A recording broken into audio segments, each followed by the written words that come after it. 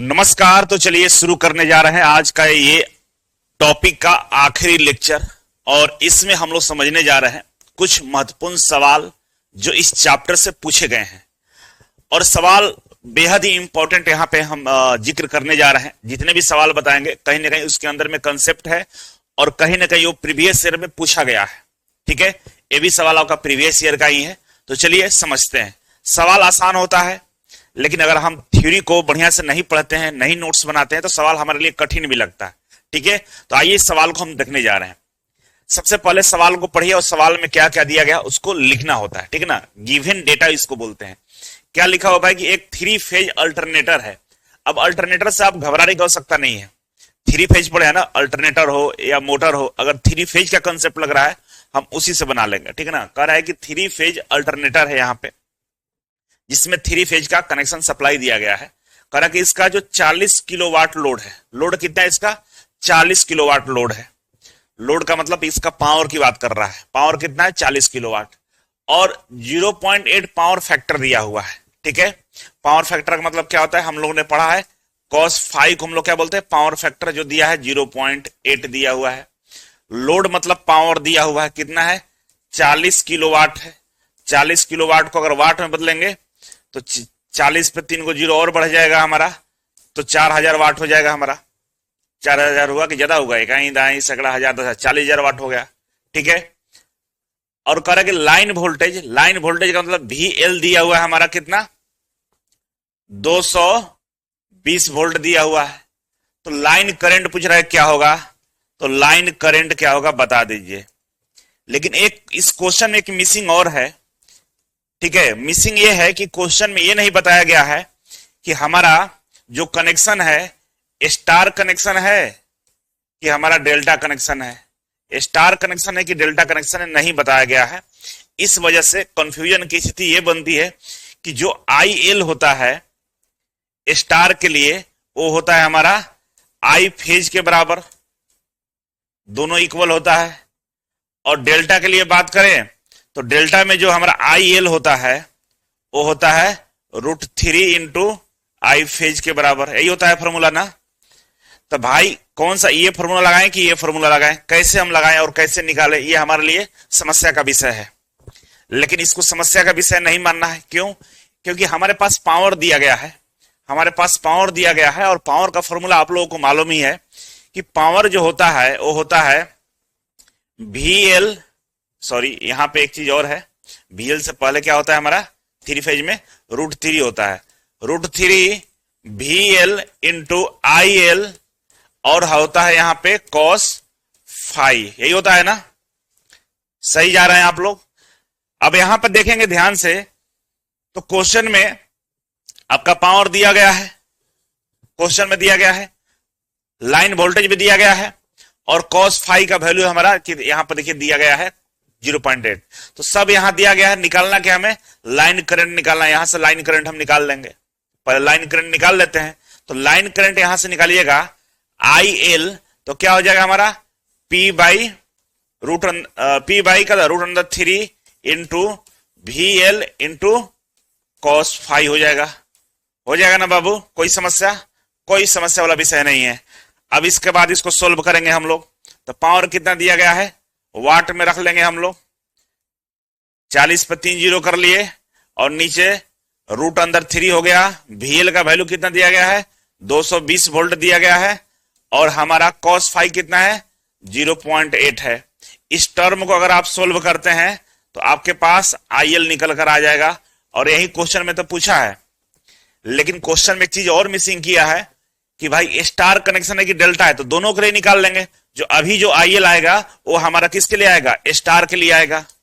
ठीक है, और अगर डेल्टा में अगर आपको IL चाहिएगा, अगर आपको डेल्टा में IL चाहिए तो क्या कर लेंगे हम लोग, यहां से क्या कर लेंगे हम लोग, तो √3 इंटू फेज होता है ना, तो IL निकल गया यहां से फेज I फेज निकाल लेंगे, तो हमारा निकल कर सामने आ जाएगा भाई कि फेज करंट कितना है। तो IL तो पता चल गया, फेज पता करेंगे ना, I फेज भी पता कर सकते हैं। कौन सा फॉर्मूला से, इस वाला फॉर्मूला से, डेल्टा के लिए। ठीक है, तो इस तरह से हम लोग कैलकुलेशन कर सकते हैं। तो एक नॉर्मल चीज बता दिया, इसको बनाकर मैं दिखा दिया हूं, यहां पे आप देख लीजिए। ठीक है, ये क्या क्या दिया गया है, पावर दिया गया है, वाट में पावर फैक्टर दिया गया है, लाइन वोल्टेज दिया गया। तो पूछ रहा है कि लाइन करंट और फेज करंट बताइए। तो लाइन करंट निकल गया, फेज करंट कैसे निकलेगा, हम लोग √3 से मल्टीप्लाई करके निकाल लेंगे। ठीक है, तो कुछ इस तरह से मैंने आपको सोल्व करके दिखा दिया हूं।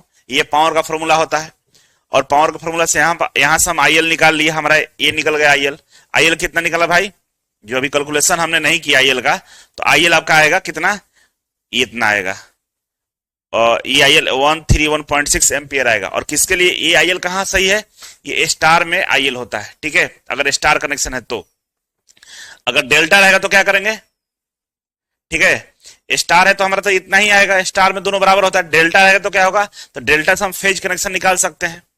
और फेज क्या होता है डेल्टा में, IL इक्वल टू क्या होता है हमारा, √3 फेज होता है ना। और फेज निकाले हम, आई फेज निकाले तो क्या हो जाएगा, √3 इसके नीचे चला जाएगा, तो हो जाएगा हमारा IL बाई √3। और IL बाई √3 जब करके हम निकालेंगे तो हमारा आएगा 76 एम्पियर।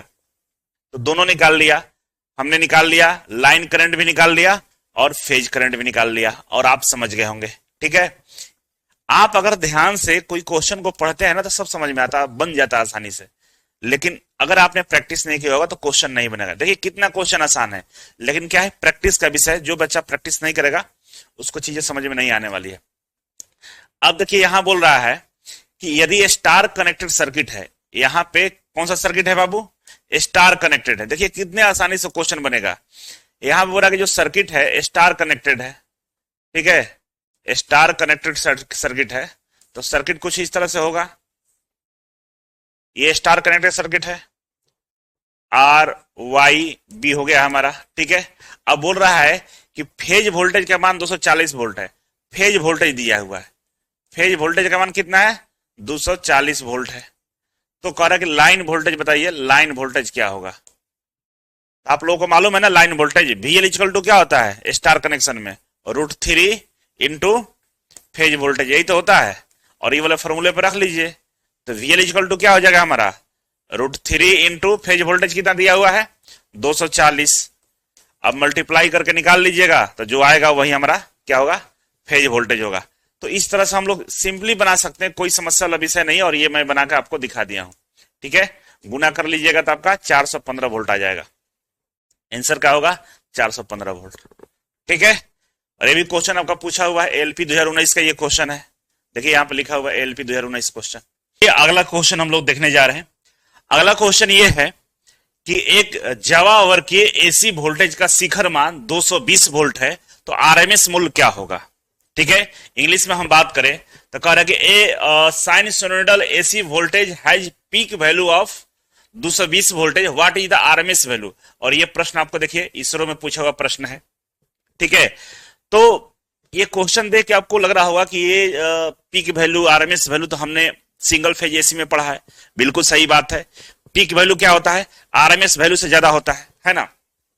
अगर हम पीक वोल्टेज की बात करें, पीक वोल्टेज की बात करें तो ये जो होता है पीक RMS जो है ना, RMS वैल्यू है, ये RMS वैल्यू कम होता है और पीक वोल्टेज हमारा ज्यादा होता है। कितना ज्यादा होता है, तो RMS वैल्यू से √2 गुना ज्यादा होता है। कितना होता है, √2 गुना ज्यादा होता है। आप लोग फॉर्मूला याद किए होंगे कि peak value equal to √2 into RMS value. और ये क्वेश्चन में क्या दिया हुआ है हमारा, क्वेश्चन में हमारा दिया हुआ है कि भाई शिखर मान, पीक वैल्यू दिया हुआ है, पीक वैल्यू आपका दिया हुआ है 220 वोल्ट, और पूछ रहा है आपका RMS वैल्यू, RMS वोल्टेज पूछ रहा है। तो RMS वोल्टेज हमारा यहां पे है। ठीक है, तो यहां से अगर हम पूछे कि भी RMS इक्वल टू क्या हो जाएगा भाई, ये √2 इसके नीचे चला जाएगा ना, तो क्या हो जाएगा, भी पीक अपन ये आपका √2 हो जाएगा। ठीक है, अब यहां पे वैल्यू रख लीजिए, भी पीक का वैल्यू कितना दिया गया है 220 वोल्ट। ठीक है, और बटा में √3। अब क्वेश्चन देखिएगा, √2 है बटा में √2। अब क्वेश्चन देखिएगा तो ऑप्शन में √2 मौजूद है, दो ऑप्शन में, यहां और यहां। तो कुछ ऑप्शन को हम इस तरह से सोल्व करेंगे कि √2 हमारा रहेगा और क्वेश्चन को मैच करा देना है। तो देखिए इसका हम इस तरह से इसको लिख सकते हैं क्या, 20 वोल्ट बाई √2, और यहां पे ऊपर नीचे √2 से मल्टीप्लाई कर देते हैं। कोई समस्या वाला विषय है क्या? नहीं है, क्योंकि दोनों कटाएंगे तो फिर 1 होगा, तो फिर तो वही वैल्यू आ जाएगा।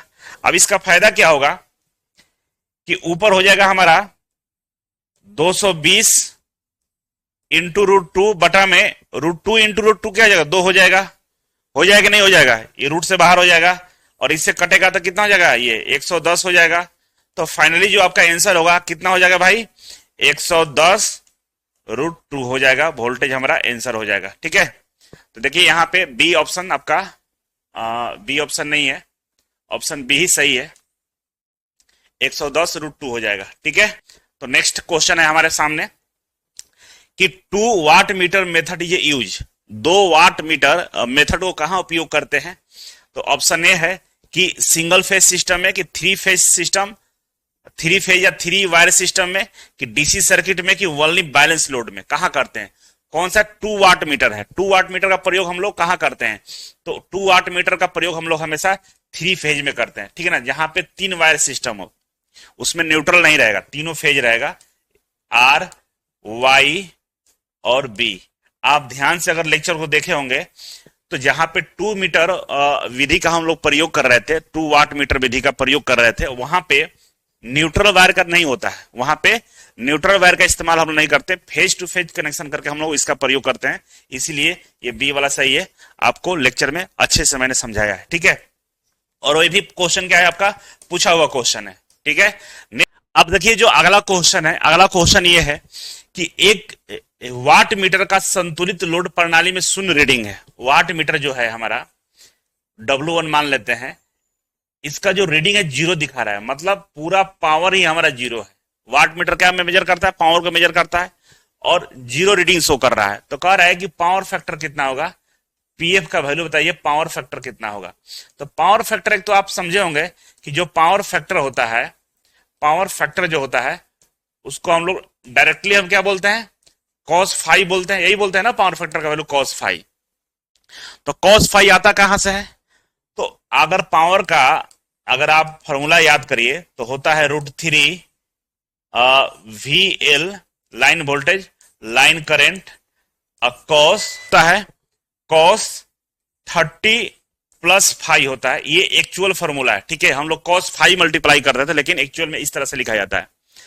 अब यहां पे कंडीशन ये है कि ये पूरा टर्म 0 हो जाएगा, P इक्वल टू पूरा 0 वैल्यू आएगा। कब आएगा? तभी तो बोलेंगे पावर हमारा 0 है, जब ये वाला जो वैल्यू है, ये वाला जो वैल्यू है, ये वाला वैल्यू cos फाई का मान 0 हो जाए। cos फाई का मान 0 कब होता है? cos अगर 90 डिग्री होता है हमारा तो इसका वैल्यू 0 होता है। तो यहां 30 है और 60 से जोड़ दे तो 90 हो जाएगा। इसको हम ऐसे लिख दें cos 30 प्लस 60, तब 0 हो जाएगा हमारा। मतलब ये हुआ कि अभी जो फाई का वैल्यू है, इसके लिए फाई का जो वैल्यू होगा cos फाई हमारा कितना हो जाएगा? 60 डिग्री हो जाएगा। और cos 60 डिग्री का जो वैल्यू होता है, cos 60 डिग्री का वैल्यू जो होता है वो हमारा होता है 0.5। ठीक है, तो यहां पे पावर फैक्टर कितना हो गया भाई? हमारा 0.5 हो गया। ठीक है, तो 0.5 पावर फैक्टर पे हमारा वैल्यू क्या हो जाएगा? वाट मीटर 0 हो जाएगा। ठीक है, और ये कहां से आया है? तमाम चीजें आपको मैंने इस लेक्चर में बता दिया है। आप समझ लीजिएगा कि भाई हम यहाँ पे फाई हम 60 डिग्री आ रहा है और 560 डिग्री 0.5 के बराबर हो जाता है cos फाई में। ठीक है, तो यहां तक हम समझ लिए। अगला क्वेश्चन करते हैं। ठीक है, चलो अगला जो क्वेश्चन है इसमें आपसे पूछ रहा है कि 2 watt meter method measure, 2 watt meter method कहां किस में प्रयोग किया जाता है, कहां पे यूज किया जाता है? तो आपको ऑप्शन है ओनली रियल पावर में, रिएक्टिव पावर में, कि both real and reactive power में, कि अपेरेंट पावर में। तो 2 वाट मीटर का विधि का प्रयोग हम लोग ओनली रियल पावर में करते हैं, वास्तविक पावर में हम लोग इसका इस्तेमाल करते हैं। ठीक है, इसको ध्यान में रखेंगे आप लोग। और अगर हम लोगों को निकालना हो रिएक्टिव पावर, तो रिएक्टिव पावर के लिए कुछ नहीं करते हम लोग, यहां पे डिटेल्स दे दिए हैं, लेकिन आप याद रखिएगा कि जो 2 वाट मीटर मेथड होता है इसका प्रयोग हम लोग शक्ति मापने के लिए करते हैं। कौन सा शक्ति भाई? तो वास्तविक शक्ति मापने के लिए करते हैं। ठीक है, ये फॉर्मूला आपको ध्यान में होगा, तो वास्तविक शक्ति मापने के लिए करते हैं। लेकिन अगर आपको रिएक्टिव पावर मेजर करना हो, रिएक्टिव पावर निकालना हो, मतलब प्रतिक्रियाशील पावर निकालना हो, तो हम लोग क्या करते हैं, दोनों का अंतर निकाल लेते हैं। W1 माइनस W2 जो होता है हमारा प्रतिक्रियाशील या रिएक्टिव पावर होता है, ठीक है। तो 2 वाट मीटर का प्रयोग हम लोग करेंगे कहां, दोनों का W1 प्लस W2 करेंगे तो हमारा रियल पावर आता है, ठीक है। लेकिन दोनों का हम लोग माइनस कर लें तो हमारा आ जाता है रिएक्टिव पावर, ठीक है। तो याद रखिएगा, रिएक्टिव पावर तब करेंगे जब दोनों का डिफरेंस हो, और रियल पावर जब करेंगे जब दोनों का ऐड हो। तो दोनों को ऐड में हमारा रियल पावर और दोनों को सब्ट्रैक्शन में हमारा क्या होता है, रिएक्टिव पावर होता है, ठीक है। याद रखेंगे आप लोग, ओके। नेक्स्ट क्वेश्चन है कि कह रहा है कि W1 का वैल्यू हमारा, W1 का वैल्यू दिया है हमारा -1000 वाट, ठीक है। और W2 का वैल्यू दिया है हमारा 3000, ठीक है, 3000 वाट। तो कह रहा है कि टोटल पावर कितना होगा, टोटल पावर बताइए। टोटल पावर के लिए क्या करेंगे, दोनों को जोड़ देंगे। टोटल पावर यही तो होगा, -1000 और प्लस में 3000, तो कितना हो जाएगा, प्लस 2000 वाट पावर हमारा हो जाएगा, ठीक है। दोनों को जोड़ देंगे तो हमारा 2000 वाट हो जाएगा, ये आंसर होगा। ये सो सिंपल था, मैं सारे क्वेश्चन को बना दिया हूं आप लोगों को, आप ध्यान से देख लीजिएगा, सब समझ में आ जाएगा। नेक्स्ट है कि वाट मीटर विधि का उपयोग किस में किया जाता है। अच्छा, 3 वाट मीटर, कह रहा है कि 3 वाट मीटर विधि का उपयोग किस में किया जाता है। तो 3 वाट मीटर विधि का प्रयोग हम लोग 3 तार में करते हैं, 3 फेज में करते हैं, 3 वायर सिस्टम में करते हैं। 3 वायर सिस्टम का मतलब 3 फेज का मतलब हुआ R, Y और B, ये तीनों तो फेज हो गया हमारा, ये तीनों क्या हुआ, फेज हुआ। और एक न्यूट्रल भी होता है। 3 वाट मीटर कहां लगेगा, एक न्यूट्रल के साथ ही लगता है, ठीक है। एक इसके साथ लग जाएगा, एक इसके साथ लगेगा और एक इसके साथ लगेगा। तो 3 तार तो है, 3 फेज है और 4 गो तार रहता है, ठीक है। तो बी ऑप्शन सही रहेगा। और इसको मैंने थ्योरी में बताया है कि 3 वाट मीटर में हम लोग 3 तार और 3 फेज और 4 वायर सिस्टम होता है। 4 मतलब न्यूट्रल जुड़ जाता है, ठीक है। यहां पर डिटेल्स आपको दे दिया है। नेक्स्ट है कि 3 वाट मीटर विधि का मुख्य लाभ क्या है। 3 वाट मीटर विधि का मुख्य लाभ क्या है, तो भाई ये संतुलित और असंतुलित, बैलेंस्ड और अनबैलेंस्ड दोनों तरह के लोडों में ये काम आता है हमारा, ठीक है। संतुलित भार और असंतुलित दोनों में काम आता है, बैलेंस्ड और अनबैलेंस्ड दोनों में उपयोग में लाते हैं। इसीलिए हम लोग कहते हैं कि 3 मीटर वाट विधि का मुख्य लाभ यही है हमारा कि दोनों तरह के लोडों को मेजर कर लेता है, ठीक है। चलो, ये भी हो गया, आप लोग को आपका समझ में आ गया होगा, ये लिख दिए हैं, आप समझ लीजिएगा, ठीक है। अब बोल रहा है कि यदि 3 वाट मीटर सेटअप में 1 वाट मीटर शून्य पड़ता है तो इंगित क्या करता है, कि भार संतुलित है, कि उस चरण में बिजली की खपत नहीं है, सिस्टम दोषापूर्ण है, कि शक्ति गुणांक एकता है। देखिए, 3 वाट मीटर में 1 वाट मीटर में वैल्यू 0 आता है, मतलब उसमें सप्लाई नहीं है ना, उसमें बिजली की खपत नहीं हो रही है, बिजली का उपयोग नहीं हो रहा है, बस इतना ही है। ऐसा इसमें ऐसा नहीं बोल सकते कि भार संतुलित है, ऐसा कुछ नहीं होता है, ये ऑप्शन गलत हो जाएगा। संतुलित भार से कोई मतलब ही नहीं है, ठीक है। सिस्टम दोषपूर्ण है, ये एग्जैक्टली नहीं बोल सकते हैं। 0 रीडिंग का मतलब ये नहीं होता है कि सिस्टम में कोई प्रॉब्लम है, ऐसा कुछ नहीं है। 0 रीडिंग का मतलब कि बिजली का खपत वहां पे नहीं हो रहा है, इसलिए वाट मीटर 0 दिखा रहा है। जब पावर का कंजप्शन होगा तभी तो दिखाएगा रीडिंग, कहां पावर का यूज हो रहा है, वहां यूज नहीं है, तो कह नहीं सकते हैं कि दोषपूर्ण है, ये कहना सही नहीं है, ठीक है। शक्ति गुणांक 1 है, पावर फैक्टर 1 है, ये भी कहना सही नहीं है। पावर फैक्टर 1 है, ये भी कहना सही नहीं है, क्योंकि पावर का कंजप्शन नहीं हो रहा है, इसलिए हमारा क्या है, 0 दिखा रहा है, ठीक है। और वही चीज यहां पे लिख दिया गया है, बढ़िया से लिख दिया गया है, ठीक है। नेक्स्ट क्वेश्चन है कि संतुलित भार के लिए 3 वाट मीटर रीडिंग क्या है। संतुलित भार के लिए 3 वाट मीटर रीडिंग है, all equal, 1 0, other equal, all different, negative. देखिए, 3 वाट मीटर के लिए ऑल इक्वल वैल्यू होता है। 3 वाट मीटर के लिए, जो संतुलित भार के लिए हम बात करें, संतुलित भार में हमारा 3 वाट मीटर इक्वल रीडिंग दिखाता है। क्या दिखाता है, इक्वल रीडिंग दिखाता है, अलग अलग नहीं दिखाता है, ठीक है। 3 वाट मीटर विधि में हमारा संतुलित भार होने पे सब सारा रीडिंग, तीनों का रीडिंग हमारा इक्वल होता है, ठीक है। ये यहां पे थ्योरी लिख दिया गया है। तो इस तरह से ये चैप्टर आपका समाप्त हो गया, और इस चैप्टर का क्वेश्चन का प्रैक्टिस आप लोग कर लेंगे। अगला चैप्टर हमारा ट्रांसफार्मर शुरू होने जा रहा है, तो चलिए अगले चैप्टर में हम आपसे मिलेंगे, और इस चैप्टर का नोट्स वगैरह बढ़िया से बना लीजिएगा, तो ट्रांसफार्मर भी बहुत बढ़िया से आपका समझ में आने वाला है। तो बहुत बहुत धन्यवाद जुड़ने के लिए, thank you so much, love you.